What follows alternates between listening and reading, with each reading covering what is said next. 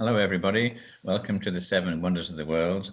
I'm often asked by people, why don't we have in here the Great Wall of China or other wonderful buildings which postdate the Greek world? And of course, I will take you through the journey as to why we have the Seven Wonders and not some of the more recent wonders like the Taj Mahal. First of all, I'm going to give you an introduction as to the new group of people that moved into the Western world around about 3000 BC. We call them the Indo-Europeans. They originated in the area of southern Russia, as you can see from this map. The purple section is probably where they originated. They tamed the horse and they swept into the rest of Europe, and they moved eastwards and they moved south. So they became the Celts, the Germans, the Balts, and the Latins in Europe. By 2000, they'd reached ancient Greece, Mycenae, and also the Anatolian Peninsula, which is Turkey today. By 1500 BC, they'd moved into Iran, and then they moved on into India, where they're known as the Aryans. But this all changed around 1300 BC, when a new group of invaders descended from the Caucasus, and they were called by the Egyptians the Sea Peoples, and they threatened the Mediterranean civilizations of their time. To give you an idea of the timeline that we're talking about, if we look at extreme left of this timeline, you can see the height of the Egyptian Empire was around about 2000 to 1600 BC. In Greece, villages were just appearing. Mycenae is about to be destroyed, as I mentioned, by the Sea Peoples. The Dark Ages occur. Then ancient Greece and the classical great period of ancient Greece occurs around about 500 to 300 when Alexander takes over. And then, of course, we move on to the Roman occupation, the Empire, and the Eastern Empire in Constantinople. At the time of the Sea Peoples, one of the greatest city-states in Greece was ancient Mycenae, and this is an image of what we think it looked like from what's left of the city-state. So we had a citadel where the palace of the king would be. We have on the right-hand side the grave circle, which I'll show you on the right-hand side of the image there. You can see the vertical shaft burials, which are quite unusual. Normally people were buried horizontally. And of course, the suspected death mask of Agamemnon was found nearby. Well, this was to be destroyed and never to be occupied again around 1100 BC. This initiated what we call the Greek Dark Ages. Mycenae and Troy have been destroyed by the Sea Peoples. The Greeks have lost their literature. The Hittites have been overrun and called on ancient Egypt, their enemies, to help them. The great city-state of Ugarit on the Eastern Mediterranean, now in Syria, was destroyed, and they moved down the coast by land and by sea until they reached the last great civilization in the Middle East at this time, which was the Egyptian. And Ramesses III boasts in his mortuary temple that he fought them to a standstill and allowed them to settle in what is to become Phoenicia and Philistia. But by 500 BC, the Greeks had pulled themselves together and they dominate, as you can see from this map, the Mediterranean. The population has grown from the Dark Ages of around about less than 1 million to over 12 million people by 400 BC. And as you can see, they are maritime traders. Each of these red flags indicates an independent Greek city-state. You can see them in the Black Sea, where they're trading for metals, all the way through the backyard, which is effectively Greece itself and the west coast of Anatolia, and over to the southern part of Italy and Sicily, over to Libya, and also in Spain. And Marseille is a famous Greek trading state at this time, which you can see the great old harbor of Marseille was constructed by the ancient Greeks. They dominate the Mediterranean world. By around about 450 BC, we start to see the Greek Golden Age, which means that they are the wealthiest people on the planet. And with money comes time and also the opportunity to travel. And the first person that we know of that's written a book of his travels and survived all these years is Herodotus of Halicarnassus, which was on the west coast of Turkey today. And he made a world tour, as he saw it, for about 3 or 4 years. And he observed the different peoples and the geographies, and he recorded them in his book called The Histories. around about 430 BC. And what initiated his interest was this map on the right-hand side shows the Greek world around his time. He was fascinated by why had there been wars between the Greeks and the Persians? Where was Troy? What is Lydia? Where's Egypt? What can we find in Egypt? And the great city of Babylon and Libya. And so it is believed, certainly from his book, that he visited many of these locations. Some of the skeptics will say that, in fact, he did visit some of these places and had eyewitness accounts of the pyramids, for instance, but he never got as far as Babylon, which is much further away, and relied on other people's reports to give indications of the Great Wall that they found, and of course the tower. So the Greek age meant that great buildings could be built, which have survived to this day. You remember that the Persians attacked Athens 480 BC, but eventually the Greeks pulled themselves together and defeated them in the Great Battle of Plataea. And within a few years, Greece was now firmly independent, and peace had broken out between the two protagonists, Greece and the Persian Empire. Athens became the leader of the Greek city-states, and under Pericles, around about 460 BC, the Athenians had become the wealthiest people on the planet.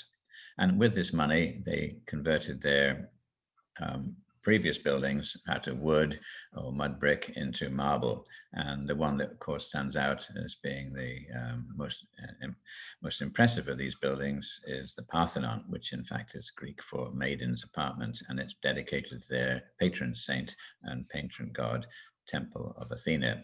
It was a temple, but also the back of the temple, it was a treasury where they kept their gold reserves because it was so well protected by the Acropolis, that piece of stone which rises into the center of Athens today. The person who was called upon to actually decorate these temples was the architect Phidias, and he was the one that produced this colossal statue of Athena, which would have been right in the center of the Parthenon. The great white marble structure was based on marble which had been brought 10 miles away from Mount Pentelicus. It was a fairly modest sized temple compared to what the Egyptians had been building for the previous 1,000 years, but nevertheless very attractive indeed. And today, this is an image of the Acropolis, that outcrop of rock in the center of Athens, and 2 or 3 significant buildings. On the right-hand side, you can see the Parthenon itself, which is under reconstruction. The Beaulieu Gate is the way up the steps to get onto the top of the Acropolis. And the left-hand side, you can see that very small but beautiful Erechtheian temple. So there's only 2 or 3 temples on the whole of the Acropolis. The Parthenon itself took 9 years only to build, and we'll talk about the restoration in a moment. As I said before, it was a temple of Athena, Parthenis, which means virgin, and the highlight of the temple would have been the statue of Phidias. And here we have on the bottom what the Parthenon looks like today, with the tourists around the base of the Parthenon, and clearly the most of the roof has been blown away during the gunpowder explosion and the invasion of Athens much later. And one day it is hoped that perhaps the Parthenon can be restored to what it used to look like, which is shown on the right-hand side. When you go to the Parthenon today, you'll see giant cranes which are slowly dismantling the columns and the friezes and repairing them and then putting them back together again. There's work on the Parthenon restoration started in 1983, and it's expected to go on until 2040, which is around 57 years compared to the 8 or 9 years it took to build it, which is rather surprising. So now we come back to the start of our journey as to where did the concept of the great wonders of the world come from? Who was the person who actually coined the expression? And we look at a few candidates here. Hecataeus, around about 500 BC. Some of the great wonders had not been built while the time he was writing his stories. Herodotus, as I mentioned, at 450 BC, did not mention the great wonders themselves. He mentioned that, in fact, he'd seen the pyramids. Callimachus, around about 240 BC, didn't mention the great wonders at all. And Philo of Byzantium, who was a great writer around about 220 BC, he mentions some, but not all. So who was the person who actually grouped them all together into the seven wonders that we refer to today? And the person who is the earliest to group them into the seven wonders is Antipater of Sidon, which is, of course, on the Mediterranean coast. And he wrote, I have set eyes on the wall of lofty Babylon, a road for chariots and hanging gardens. He reported the statue of Zeus at Olympia and the Colossus of Rhodes. And he mentioned the high pyramids and the vast tomb of Mausolus. All of these are in the seven wonders. And the house of Artemis, now called Ephesus in Turkey, which he said is not so grand as the house of Artemis. And the strange thing was the Pharos lighthouse, which in fact is one of the seven wonders of the world, is missing. And instead, he puts in not only the great walls of Babylon, but also the ziggurat pyramid, the Tower of Babel. So that's the basis of the seven wonders. Before we start our journey examining each one, I want to explain how the great city-states of ancient Greece interface with regard to the marvelous games that they offered. Each city-state would normally offer a set of games which is religiously based. They would be worshipping their particular god, and the local people in the area of the city-state would compete again with for the different prizes for the different games that went on. The four which emerged of very great significance was the Pythian games at Delphi, where the oracle is based, the Isthmian games at Corinth, Olympia on the west of the Peloponnese, as you can see, and at Argos, the Nemean games. These were the four great games, and they shared. So every 4 years, one of these four cities would host the games, and then it would move on to the next city. And so there's a 4-year cycle, which of course is reflected in the modern Olympic Games today, is a 4-year cycle. We'll start off with the first of the wonders of the world, and it's Olympia. And this was the fabled site of Zeus, the king of the gods. And this was the site of the games, and it was built up around the temple of Zeus. This temple was dedicated to the gods. It was built around 460 BC, and it's almost similar to the Parthenon. In fact, this was almost like a cookie cutter design. Most cities in ancient Greece wanted to have a temple of significant size along the lines of the Parthenon, and Olympia was no different. It's 300 feet long, 150 foot wide, and only 60 feet high. Those columns are quite short compared to the great Karnak temple, where the columns are easily 85 feet high. Now, many people think it was the actual temple, which is the great wonder of the world, but in fact, it was the statue of Zeus, which was housed inside. Phidias, the architect, constructed this temple and also created this wonderful image of Zeus around about 440 BC. And if you imagine these Greek temples with all the columns were rather dark inside, and people had reported that when they go inside, their eyes have to adjust to the light, and then suddenly from the torchlight, they can see this huge statue of Zeus. His clothes were made out of gold. His skin was shown in ivory. He was 50 foot high, and he touched the ceiling of the temple. Well, this was what people came all around the Greek world to look at, the wonder of the world, the temple and the statue of Zeus. When Christianity took over the Roman Empire, about 350 years after Christ died, the pagan religion was declined severely. The temples were closed, the priests were made redundant. And when Constantine formed his new capital city, Constantinople, the temple of Zeus was actually raided, and the statue of Zeus was taken to Constantinople, where it stayed until around about 460 AD, when the great fire of Constantinople consumed it, and it was lost forever. The second of our great locations to visit is Alexandria. Alexandria is on the north coast of Egypt, and the Pharos lighthouse is a second wonder of the world. And here's a pretty accurate image of what that lighthouse would have looked like from reports that we have the time it was built and for the hundreds of years for where it functioned as a very effective means of guiding in ships into the greatest harbor in the world at that time. The Pharos lighthouse was named after the island in the middle of the Alexandrian harbor, which was called Pharos. The great emperor and conqueror of the Persian king was, of course, Alexander the Great. And he created this massive empire on the bones of the empire started by Cyrus and followed by Darius and Xerxes. And the map shows that by the time he died, this was the extent of the Hellenic Empire, and the war started between his successors as to who would take over from Alexander. He died in Babylon in 323. Well, one of his very close friends from childhood, he was the admiral of his fleet, of Alexander's fleet, that he decided that the place that he wanted to take was the blue area of Egypt because it produced the grain for the Mediterranean, and it was a great source of income. So he grabbed that piece of land and he created a new Hellenic period for about 300 years where the Greeks ruled Egypt. Alexander's body was being moved back to Pelas, where he was born, when it was taken by Ptolemy and taken to Memphis, the capital city at that time of Egypt.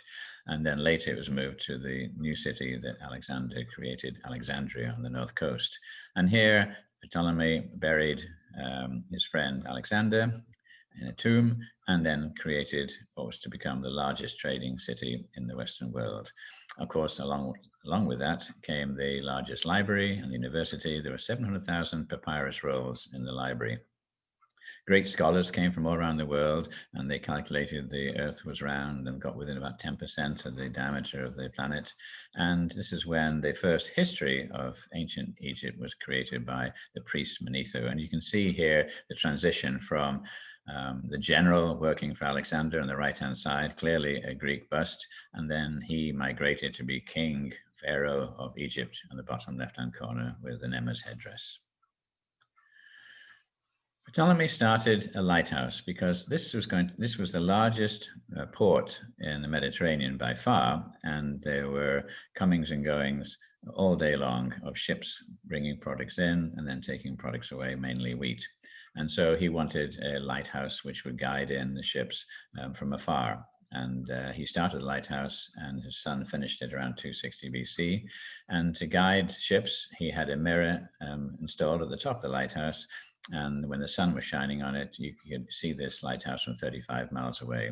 Of course, some ships would come in at night, and so later a fire was lit at the top of the lighthouse, and the mirror gave some light to the night travelers. It was around about the same height as the Great Pyramid in Egypt, about 450 feet high, we believe. And you can see that it's not just a myth or a legend. This lighthouse was a feature of the coinage of Alexandria. You can see these great coins on the right-hand side around about 100 AD when the Romans took over. Unfortunately, although it lasted for a very long time, in 1303, an earthquake occurred in Alexandria and caused tremendous damage, and most of the lighthouse fell down. It became a ruin. But Sultan Qutb wanted a fort to protect Alexandria harbor, and so he stole the remnants of the stonework from the lighthouse and built it into his new fort. And if you look at low tide, you can actually see some of the writing, the Greek writing, which make up the blocks on the foundations of this great Sultan Qutb fort. So the lighthouse is gone. But the stones that it was used to build from are alive and well, somewhat submerged in the Mediterranean. The next of our great wonders of the world is located in a town on the west coast of today Turkey, near Izmir, and the town that we're interested in is somewhat inland, called Ephesus. And the best example of what this great temple would have looked like is shown here, which is in Istanbul, where a scale model has been built and gives an idea of the scale and the size and the beauty of this temple. And of course, as you've noticed from Olympia and also Parthenon in Athens, this is a fairly standard design for the great city-states of ancient Greece. This particular location of Ephesus had been a Mycenae colony, 1400 BC. The Hittites recorded it being present, and it became a city-state around 800 BC as Greece expanded. The first temple was built around 700 BC, and it was dedicated to Artemis, which is the Greek god, and the equivalent name in the Roman world is Diana. This area of Ephesus grew and grew, a great port, very wealthy, and it became the capital of the king Croesus of Lydia, 580 BC. And then, of course, it was consumed by Cyrus as he created the Persian Empire a little bit later. The temple was constructed but burnt down by a lunatic who wanted to gain notoriety by being the person named as destroying the temple. And the new temple was built shortly afterwards and survived for 600 years. During the Roman period, this was the greatest time of Ephesus' prosperity. It was the key port on the west coast of Turkey. And Augustus made it his regional capital in 27 BC. And he wanted to decorate it and have it so beautiful that it would be second only to Rome in glory, with 180,000 people living there. And he built the great theater, which could house 25,000 people, which you can see here, and it's just nearly finished its reconstruction. Sadly, the Goths attacked in the 3rd century AD, and then finally Ephesus, with being a pagan center, of course, decayed as Christianity consumed the Roman Empire, and Christians destroyed the temple around about 400 AD. But the columns were so beautiful that they were then exported back to the new great building that was being constructed in Constantinople, Hagia Sophia, the largest of the Roman basilicas. And you can see the temple columns from Ephesus are now being used to hold up the roof of Hagia Sophia. Sadly, due to mismanagement of forests and allowing soil to run into the river silted up, and the port, which had thrived for 1,000 years, decayed to the point where the waters were something like 30 minutes away from the city itself, and so effectively it stopped being a port. And by the time of William the Conqueror, about 1090 or so, the city had just decayed to being a village. It was dedicated to Artemis, or Diana, and she was the patron saint of fertility. And this lady of Ephesus is the finest item found in the ruins of Ephesus. This is a Roman copy dating to the 2nd century AD, and there are all sorts of forms of fertility on this very unique statue. It was only discovered in 1869. The people who were excavating in Ephesus were rather disappointed that there was hardly anything left of the temple itself. And so they managed to cobble together pieces of column which had been found in the excavations, a bit higgledy-piggledy, a bit random, and a few pieces of cement to fill her in. And so one column was erected in 1876, and that's all that's there to remind us of how big and beautiful that temple would have been once upon a time. The British archaeologists who were doing excavation at the time found this one drum of marble that had been left and hadn't been reused in construction elsewhere. And you get an idea of how beautiful this temple would have been decorated. This is one drum of many, many columns. This is Hermes on the right, guiding the souls to the underworld. And it was signed at the bottom by Croesus, the king of Lydia, and resides in the British Museum today. Ephesus is a very, very popular tourist attraction, and it's so close to Izmir, about a 1-hour bus ride from the port, that tourists coming in by boat, it's one of the key things to have a day trip to Ephesus. And sadly, because of the huge growth in tourism, we're beginning to see really quite a lot of congestion of tourists from the different cruise lines coming to look at these marvels of temples and the library at the bottom of this marble road, the Sacred Way. So very, very intense in terms of jostling, and sometimes it becomes just too much to bear. So it's a matter of choosing your time. The best time to go to Ephesus is when the cruise tourists have gone back to the ship, which is probably about 2 or 3 o'clock in the afternoon.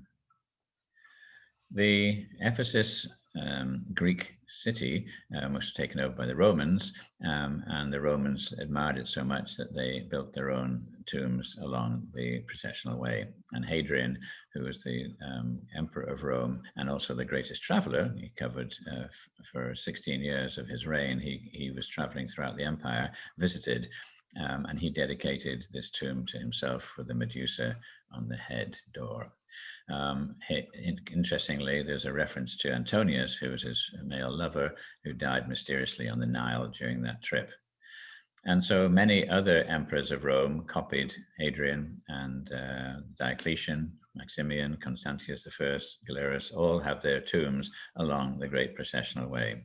Many of them have been reconstructed from descriptions. We now move on to the story of Cleopatra's sister, Arsinoe. Cleopatra the Seventh, the famous one, of course, who married Caesar and Mark Antony. When Caesar arrived to support her in 48 BC, they fell in love, and Caesarion was born later. But she was always worried about her sister, Arsinoe, who in fact at one time declared war on Rome, and she was captured, and she was taken in great triumph to the city of Rome. But strangely and fortuitously for us, she was spared her life and given sanctuary, and she left Rome and went to live in the Temple of Artemis in Ephesus. But Cleopatra, even so, considered that a living sister was still a threat to her, and she persuaded her new lover, Mark Antony, to have her murdered. And the story goes that she was murdered on the temple steps.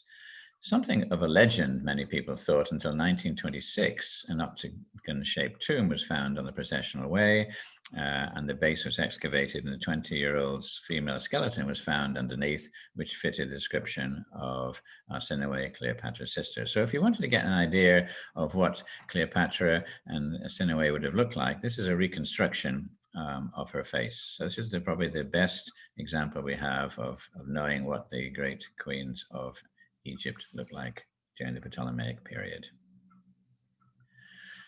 One of the most amusing things, of course, is to visit the Roman toilets. And these are unisex toilets, and you would try and get there early in the morning, take your newspaper with you, and water would be poured by slaves from the top of the seating area, down the side of the wall, down the back of the wall, and then out of the bottom to flow into the river. So the trick was to get there early and have a seat at the very top of the series. Sailors who came into Ephesus, being a great port, some of them had been at sea for a long time and wanted to have the pleasure of a female company. And so the bordello would actually show where the nearest place to visit was. And this one on the right-hand side shows a foot. So it's left foot, which means take the left road. And the third toe is the longest. So it's the third house on the left down that port road. Fascinating, it survived all these years. Finally, on Ephesus, the prefect Celsius, that's the name of a governor of Rome. When he died, he left his will to build the beautiful facade of the library. It faces east so that people reading the scrolls would have morning light. And although it's a very, very small library, only 12,000 scrolls, the facade is stunning, and the University of Vienna has spent the last 30 years in restoring this beautiful facade, and you can have a sound and light show in the evening, as it's shown here, beautifully lit. The legend of Mary, Jesus's mother, is quite well known, and the story goes that she spent her last days in Ephesus. And this is the house that you'll be shown to by the guides, and they will tell you this is where Mary lived and died. Well, actually, there's no historical evidence for that whatsoever. She died in Jerusalem, of course. But Ephesus was a major town on the road to Rome, and the Apostle St. Paul lived there for 4 years, and he wrote to the Corinthians, to the city-state of Corinth, not too far away. And then when he was imprisoned in Rome, he wrote the epistle to the Ephesians. And the Ephesians, of course, are the people who lived in Ephesus. Very, very recently, 5 years ago, tremendous progress was made on restoring these Roman houses called the terrace houses built around the time of Augustus. It's on a hillside overlooking Hadrian's temple, and I've been visiting Ephesus since the mid-70s, and I've walked past this area many times. It was just a spoil heap. But they've slowly removed all the sand and debris, and they found these wonderful Roman mosaics and frescoes, and they've been restored and have a roof now over them to protect them from the sun and the rain. There are 6 houses in total. These have been owned by wealthy Roman noble traders, and some of them were 3 stories high. The next place for us to visit to follow the 7 wonders is just southeast of Greece today, an island of Rhodes shown on the map in red off the coast of Turkey. And the image that we have of the Colossus of Rhodes has been burnt into our minds from the type of Middle Ages pictures that were constructed of what it might have looked like. And this one from Heemskerk from 1580 is one of the most famous, where he's straddling the harbor and the ships are sailing between his giant legs. What is the chance that that is true? First of all, did he straddle the harbor? Secondly, was it the Colossus built in the harbor at all? The story goes that Alexander took Rhodes, a great trading city island in the Greek archipelago, and later one of his generals came back to try and capture the wealthy Rhodes, and he besieged the city unsuccessfully, and he left behind wood and metals, bronze particularly, and they sold all the siege equipment, and they went to Delphi and asked the god of the oracle to advise whether they should use that money to construct a statue to their god Helios. Helios, of course, is the sun god. And the message came back, yes, please construct a statue to the god Helios. And so they built the 107-foot high statue, and it was estimated to be about 200 tons of bronze. Unfortunately, within 60 or 70 years, the earthquake which struck the island toppled the great statue at the knee. So all that was left was the feet up to the knee, and the body fell down. And they went to Delphi Oracle again and asked advice, should we rebuild this? And they said that Helios is not amused, just leave it. And so it stayed as a ruined, fallen statue, very, very popular for visitors for the next 800 years. So the question we ask ourselves is, did the Colossus itself straddle the harbor? Do we have any evidence for that? Well, it all comes from the dedication text. The text states, not only over the seas, but also on land did they kindle the lovely torch. So he's clearly carrying a torch reflecting the sun god. And he had dominion over sea and land. And that's been interpreted as meaning that he stood on land, but he actually straddled the sea. But we have taken a different view of this, because recently the Crusader castle at the top of the Rhodes town, as you can see in this picture, work has been done on the foundations, and it's been discovered that in fact some of the foundation stones have ancient Greek writing. And it's now proposed that perhaps this is where you'd put this great statue at the top of the hill, the highest part of the city, so everybody could see it, and also mariners passing by would be impressed. In terms of its size, it's around about the same size as the Statue of Liberty, as you can see from the comparison in the middle of the picture. And it certainly was the basis for the design of the Statue of Liberty many, many years later. The next of our 7 wonders is the mausoleum at Halikarnassus, which was a Greek city-state on the Turkish coast. And this is a very accurate image of what the mausoleum would have looked like when it was constructed. And we'll talk about some of the details, but this is from descriptions of the people who saw it being built. This really is a love story between the king Mausolus and his wife Artemisia, who actually happened to be a stepsister.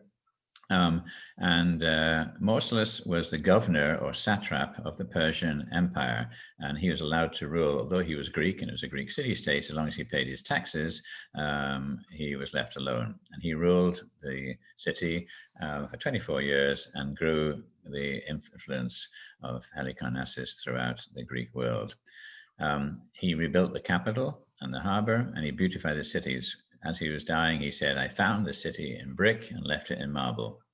Well, when he died, his wife, shown here on the right, Artemisia, was devastated, and in respect for her husband, she drank his ashes. She continued as ruler of Halicarnassus for some years, and she decided that she wanted to build a mausoleum named after Mausolus to remember him. And the construction started, and 2 years into the construction, she in fact died, and Greek architects and stonemasons completed it. The design was described extensively in the ancient times. It was site on a hill over the harbor, naturally, 135 feet high in total, surrounded by a wall. And the best artists in Greece were invited to come and decorate one side of the cube. Some of them had worked on the Temple of Artemis, for instance, not too far away. And the decoration was of reliefs of Greek stories, particularly the Amazons. Inside, which is hollow, you can go up the steps at the time, and in the darkness, you could be seeing the Amazon female fighters attacking centaurs, all sorts of great Greek legends. At the very top, above the columns, was a pyramid structure.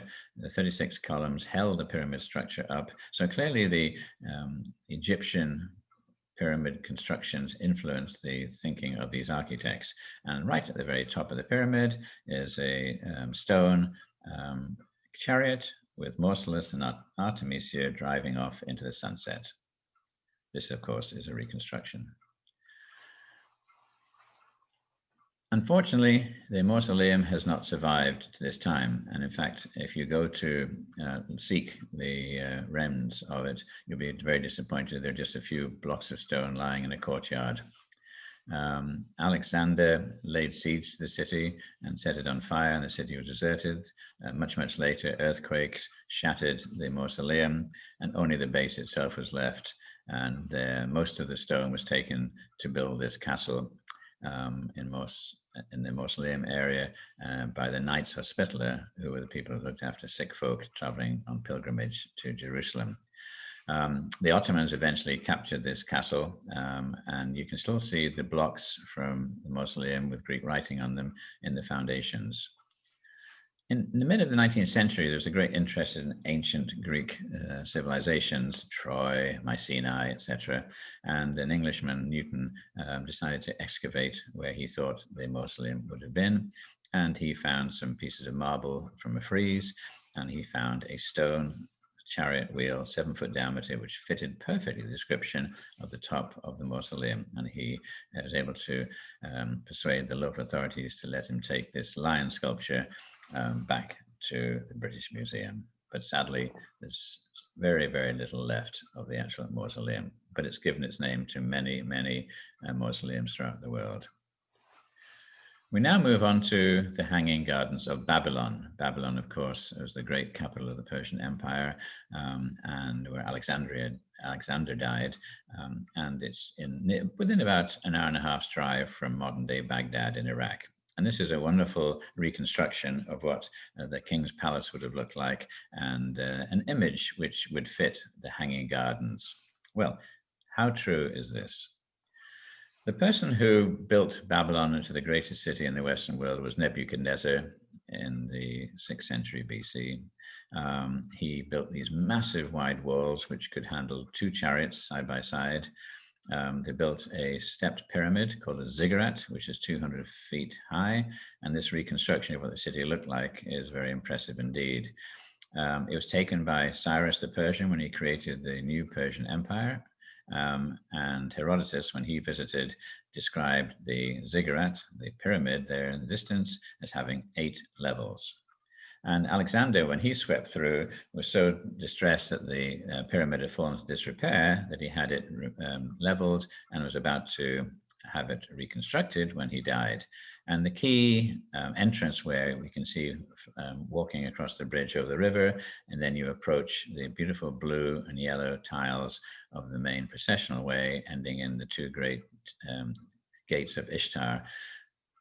The German excavation in the early 20th century discovered many, many of these tiles and took them back to Berlin. And if you want to get an idea of how beautiful this entrance area would be in blue and yellow, you can go to the Berlin Museum, and they have reconstructed it to about 2/3 of its original height. So, the Hanging Gardens. The story goes that a king around about the 3rd century BC had reported that he had seen hanging gardens in the great city.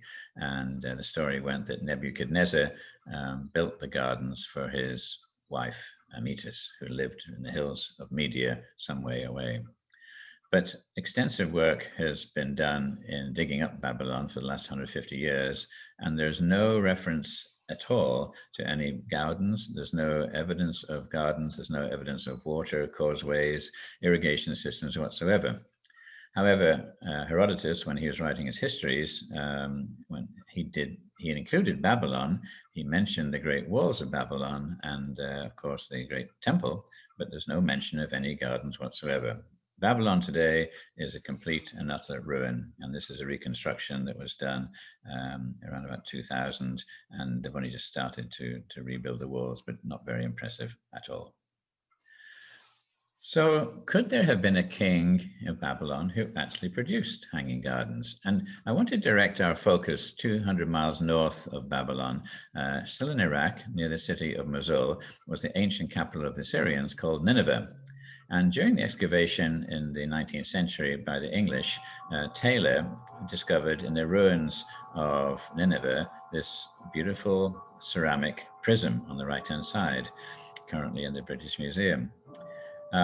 The prism is a great source of information to us because it is actually buried in the foundation of the Nineveh palace that was built for Sennacherib. And he boasts that this palace is without rival. It's a wonder for all people to see.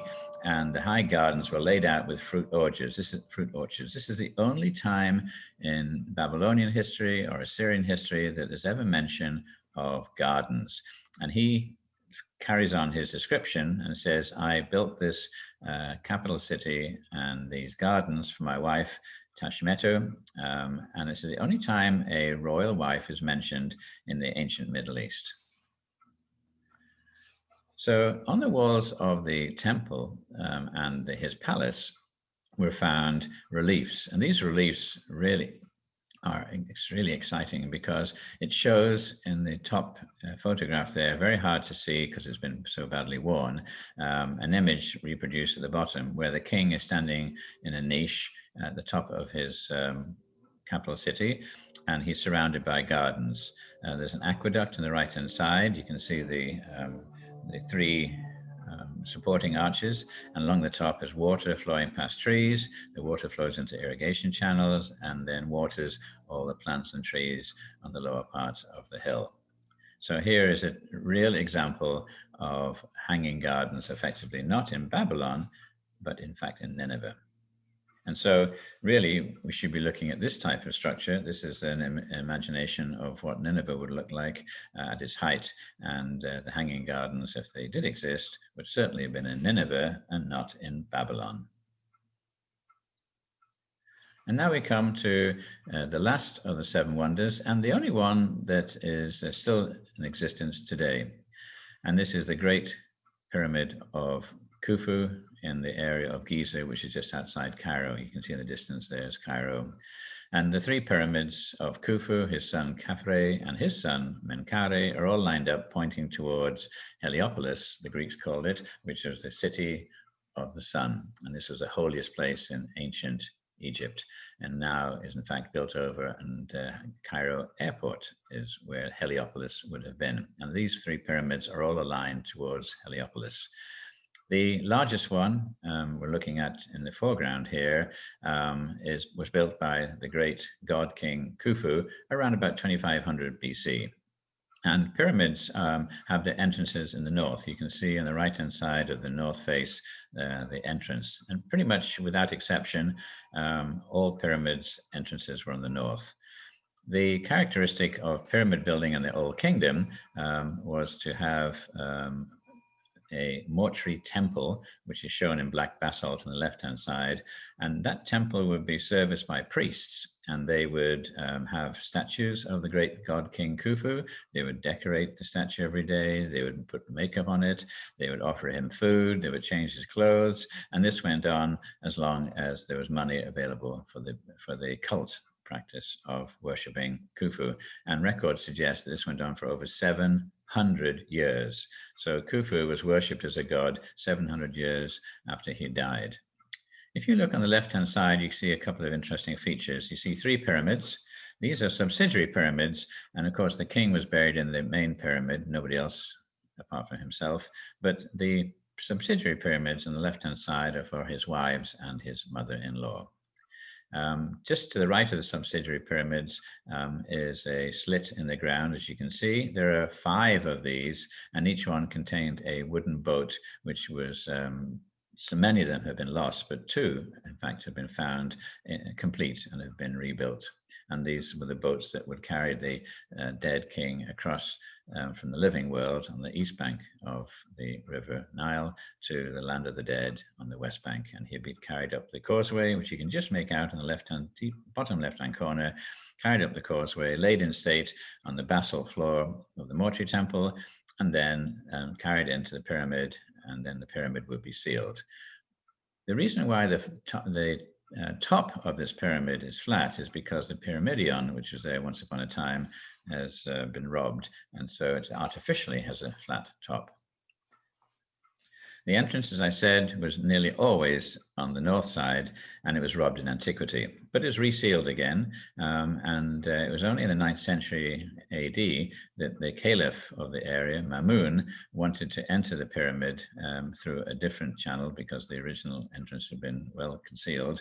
And he tunneled his way in, and if you can see the people entering the dark space at the bottom of this photograph, they are entering the entrance that he cut into the pyramid. And eventually, by luck, he kept on digging and digging and digging until he met up with the proper entrance. And from there, he could access the king's chamber. Of course, it had been robbed in antiquity, and he was disappointed.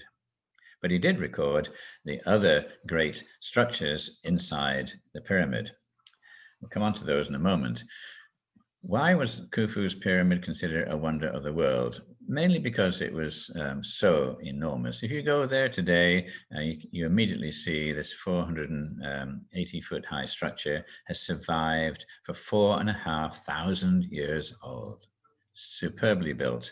It's been the tallest man-made structure on the planet for 4,000 years until the great Gothic temples of Western Europe were constructed. The first one to exceed this was Lincoln Cathedral in England, which spire was deliberately, artificially made slender and tall, so it exceeded the height of 481 feet. We've calculated that 2.5 million or so blocks were used to construct the pyramid. Average size was 2 tons, although it varied tremendously. We estimate it took about 17 years to construct, and his reign was 23 years in length, so that's quite feasible. Initially, being the largest amount of stone had to be put in a very wide base, and there'd be 20,000 workers involved. And then as it got narrower, or maybe 10,000 workers, and then to finish off the job, 5,000. So very, very easily within the capacity of the super rich king of ancient Egypt, when we estimate there's something like 1.5 million people in the kingdom at the time. The interesting thing about the pyramid is there's no reference to who built it. The limestone casing on the outside has been stripped away and used for rebuilding over the thousands of years since it was constructed. So we have no reference to who could have built this pyramid until in the 19th century, some English excavators blasted with gunpowder vertically above the king's burial chamber and discovered in the stress relieving chamber, shown as D there on the drawing, above the open space of the king's chamber, there they found graffiti, and these are pictures of the graffiti, and it's the graffiti from the people who constructed the pyramid at the time. And there in the cartouche shows the names of the king. There you can see chick, snake, chick, sun, and that in Egyptian is the god king Khufu. And the only statue ever found of Khufu is this tiny ivory statue, about 3 inches tall, found well away from the pyramid at the old burial center up the Nile. And that's the only indication of what Khufu would have looked like. The Great Pyramid of Giza is rightly called a wonder because it's the most sophisticated pyramid ever built. One, it was the largest, but secondly, its very complex internals makes you appreciate just the great masonry and architectural skills that the ancient Egyptians had. Let me start off with the entrance number 1. This was the northern face, and originally the sloping descending passage went down to subterranean area, number 2 in the drawing. And this was cut out of live rock well underneath the pyramid. And people speculate this is where the king was originally going to be buried.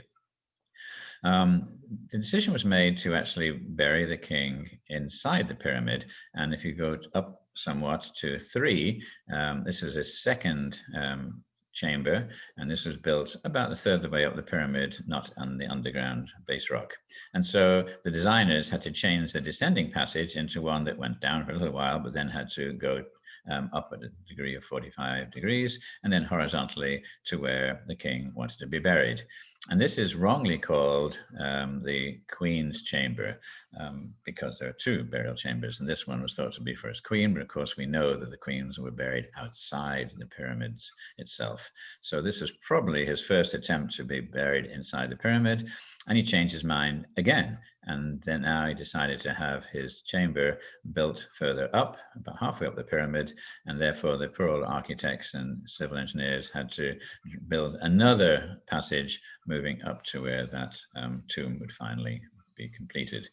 And you can see an indication of that passageway, a beautiful corbelled roofing system where the stones begin to form an arch slowly to take the weight off the passageway. There's 1 million tons of stone resting on that passageway, and it's been there for 4,500 years, and it stood up very, very well indeed. How were the pyramids built? I'm often asked. And the speculation was it one great large ramp. Well, of course, that ramp would have been incredibly long and would have used so much stone, it would have been highly inefficient. So yes, indeed, initially, the people who built the pyramids, which were farmers, not slaves, by the way, would have built a ramp and taken the stone onto the pyramid as it grew ever higher. But there comes a point when that's inefficient, and they went for a spiral ramp for the top half of the pyramid. And this is a lovely picture of how the stone structure would have grown, and the brick ramp, as you can see in a darker brown color, was used to drag the stones up the spiral ramp and put them in place until finally it was complete. And then they would strip away the spiral ramps from top to bottom and then case the whole thing in beautiful white limestone. There is speculation that the ramps were not on the outside of the pyramid, but were actually internal. And there are some archaeologists who would like to do some excavation work in the pyramid to see if there are internal passageways, but that is forbidden. Unfortunately, the population of Egypt has grown and grown until now it's almost 100 million, and the city of Giza itself is getting on for 6 million people, and they have encroached right up to the plateau itself. So this is what the plateau looks like, but of course, way in the distance, the Nile flowed, and this would have been on a high plateau in a clear view of the great capital city, Memphis. And the 3 pyramids you can see all lined up pointing towards Heliopolis. There's on the left-hand side the Great Pyramid of Khufu, his son's pyramid Khafre to the middle, and then the smaller one, Menkaure, to the right. And so we say farewell to the great 7 wonders of the ancient world. And I'd like to thank you for your attention. I've enjoyed it very much, and we'll meet again soon, I hope. Thank you.